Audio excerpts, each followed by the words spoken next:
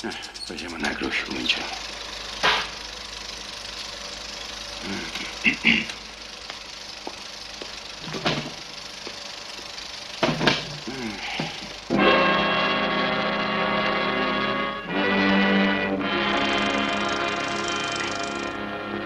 Il quadro. Oh, questo qua. Ako bývalo zvykom v Banskej Bystrici na výročie Slovenského národného povstania 29. augusta sa otvorilo kino. Kino Hviezda v roku 1955, 29. augusta, kino Urpín v roku 1962, tiež 29. augusta. A to kino Urpín bolo takisto širokouhlé ako aj kino Hviezda, ale v priebehu 60. rokov, keď došli do módy tzv. Panoramatické 70 mm filmy, tak bolo kino prerobené a začali sa tam premietať už aj tie panoramatické 70 mm filmy. Perché qualche volta non trovo più il punto giusto e allora in sostanza restano qua. Tanto troppe volte si baciano. Allora queste me le posso prendere? No. Kino Hviezda, ktoré je v takom stave veľmi dezolátnom a snaží sa to zachrániť aspoň skupina mladých ľudí, ktorí tu vytvorili kultúrne ustanovizňu.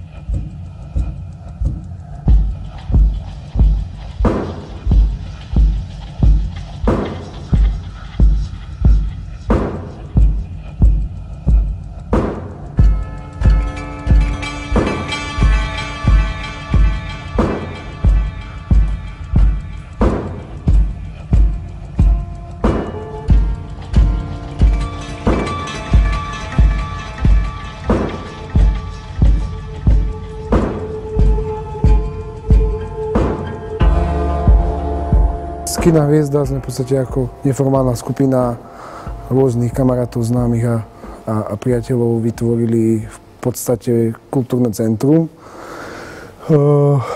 Bolo to vytvorené na základe toho, že v Banskej Bystrici je absencia domu kultúry a všeobecne sály ako takej a podmienky, ktoré sú tu momentálne takto, tak sú ďaleko lepšie ako boli, keď sme sa k tomu dostali, k tomu priestoru. V podstate je to sála, ktorá je dizajnovo prispôsobená trošku tej ulici. Bolo to inšpirované starým New Yorkom, v podstate z tých starých amerických filmov z 90. rokov.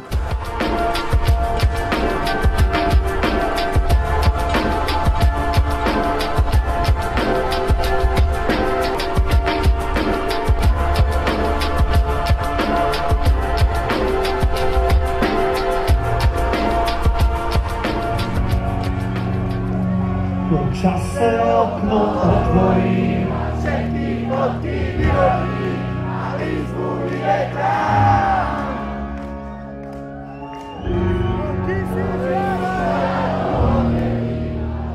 Toto plátno, čo je tu, tak je v podstate, my sme zachovali, ako vidíte, tam to sedenie, to není stadiaľ, toto je z kina Urpín.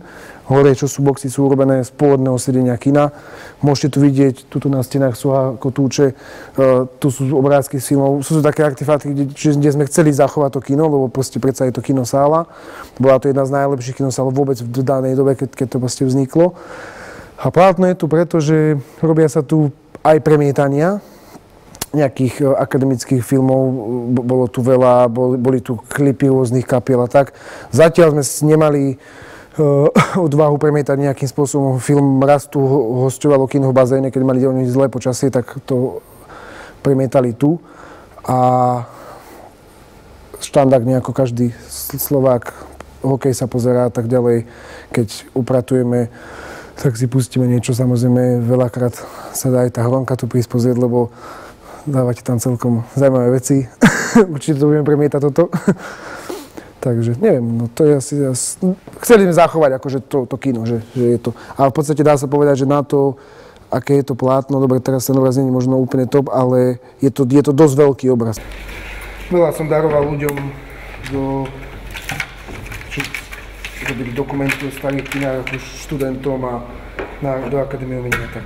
Kino Hviezda je hodne blízke môjmu životu, pretože tu som začal chodiť do kina ja ako dieťa. Tu v tomto kine som skladal pionierský sľub v roku 1964. Tu v tomto kine začal fungovať filmový klub pred 50 rokmi, ktorý oslávil to teda 50. výročie. Spomienky zostali. A kino Hviezda ešte je také zaujímavé tých 60. rokov tým, že sa tu premietali predstavenia v nedeľu do poludnia o 10. hodine. To bola taká tá akcia súdruhov, ktorí boli pri vláde a pri moci v tom období, aby ľudia v nedeľu ráno nechodili do kostola na omše, tak sa premietali o 10. dobrodružné filmy a tak by deti sme na to utekali a ponáhľali sa. A ja si pamätám, keď som bol v deň svojich 10. narodenín ráno do poludnia o 10. nedeľu v tomto kine s tým, že už mám 10 rokov a môžem ísť sám na film, ktorý je mládeži o 10 rokov iba prístupný.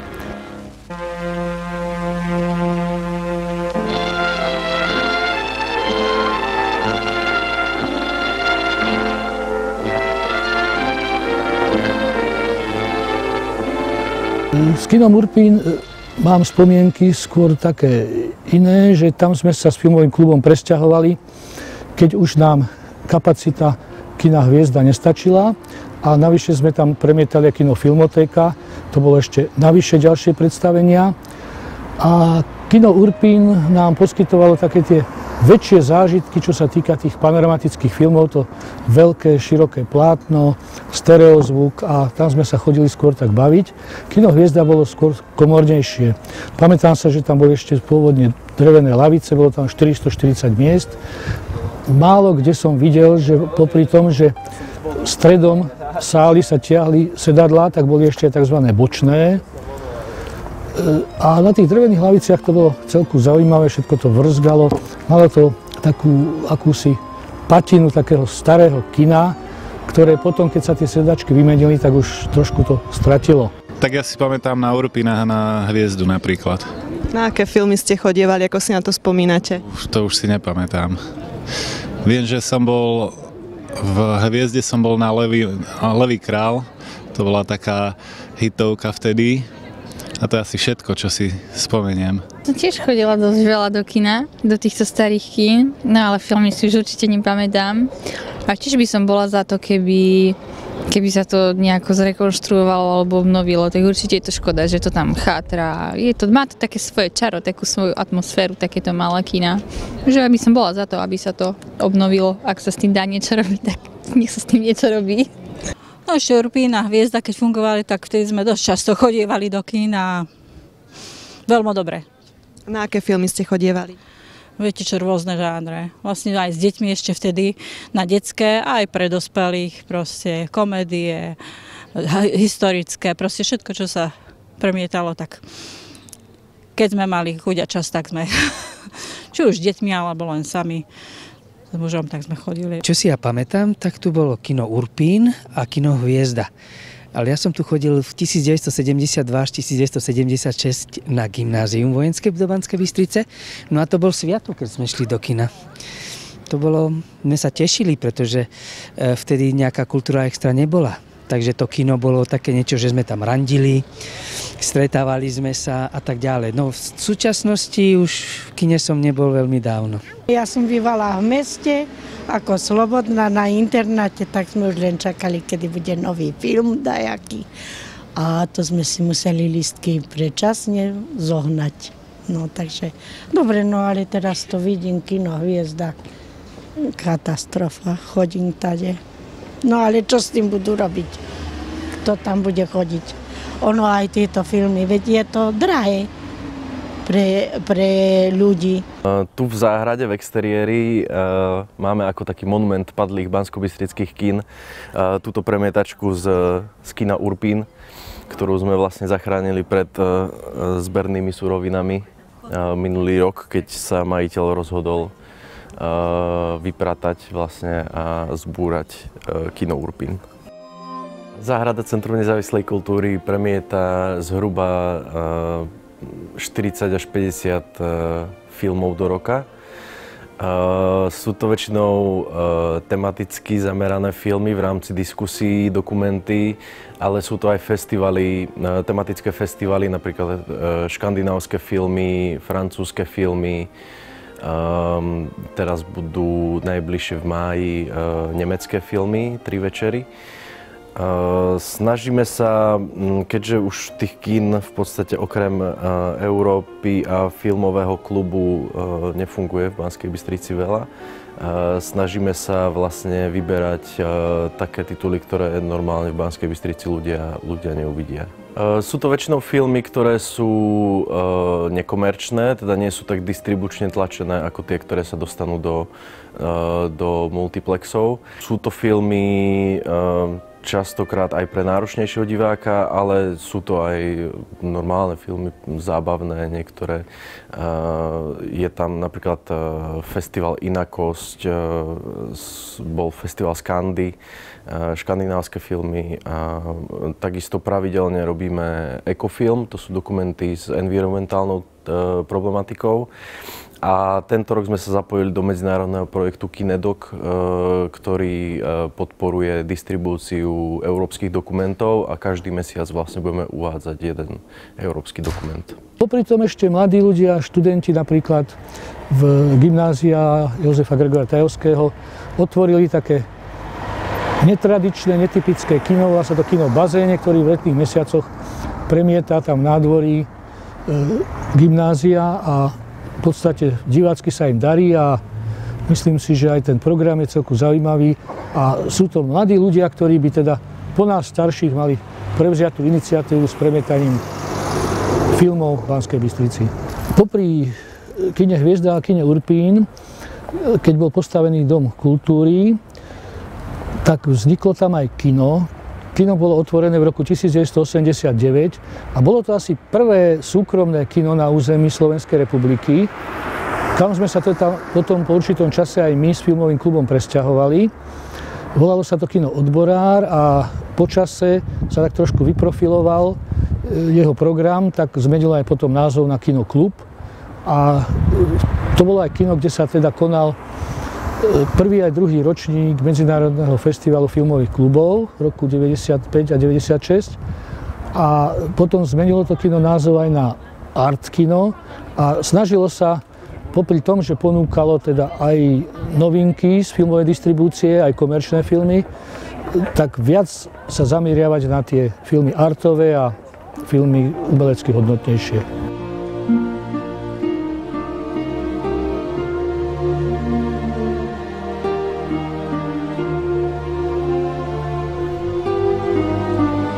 Na tomto amfiteátri samozrejme aj Bystričania, aj mimo ľudia starší spomínajú, že premietanie boli tradičné aj filmy, teda filmový festival pracujúcich, neviem presne ten názov, ale ja sama môžem za seba povedať, že ako mladá tiež som tu chodila. Sice nie som Bystričanka, ale chodila som tu dosť často do kina a ja verím, že obnovíme tú tradíciu a bude aj viacej toho premietania.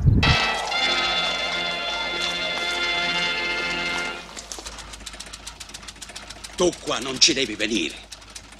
Ma come te lo devo fare capire? Si può sapere, come hai a parlare? Se prende fuoco la pellicola, a come sei piccolo tu, fai una pampata sola, boom! E diventa un pezzo di carbone. Minchia che lingua lunga che hai. Un giorno l'altro te la taglio. Proprio così.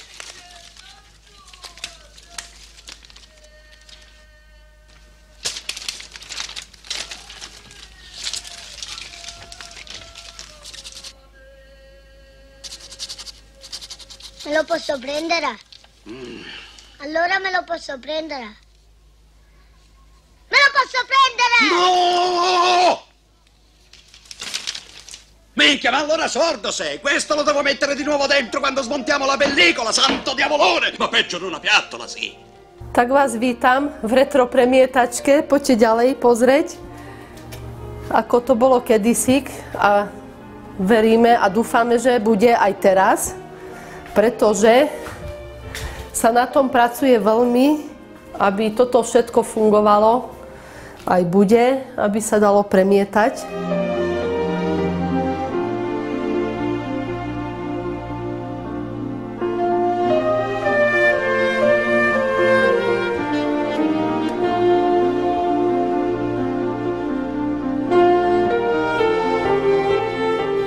Toto sú staré stroje, no bohužiaľ len toto ostalo z toho, lebo veľa súčiastok, káble boli ukradnuté, vykradnuté veci, takže to sa dosť ťažko zháňa, nakoľko to už je ozaj výnimočne sa to dá nájsť.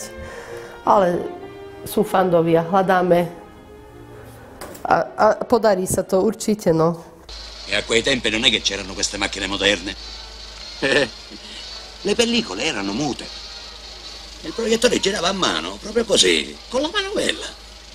Tutto il santo giorno a girare la manovella. Ed era così dura questa manovella. E se uno si stancava un poco e perdeva la velocità, in un colpo, boom, se ne andava tutto a fuoco. Už dnes je samozrejme, mnohé technológie sú už vytratené, takisto sa vytratia aj tie, ktoré dnes sú ešte ako tak živé.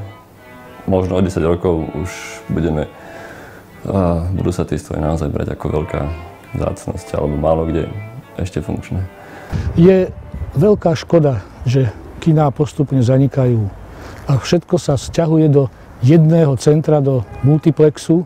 V Bystrici máme dokonca taký dosť veľký 6-sálový multiplex a ten zážitok z filmu sa tam už vytráca, pretože ľudia si do sály nosia popcorn, ľudia si tam nosia kolu a tá návšteva kina už nie je nejakou udalosťou, možno aj spoločenskou, ako bývala kedysi, ale je to taká strašne konzumná záležitosť a tomu nasvedčuje ten program tých kín. Kiná sa strácajú, filmový klub prežíva. Uvidíme, čo nám donesie nasledujúca digitalizačná doba.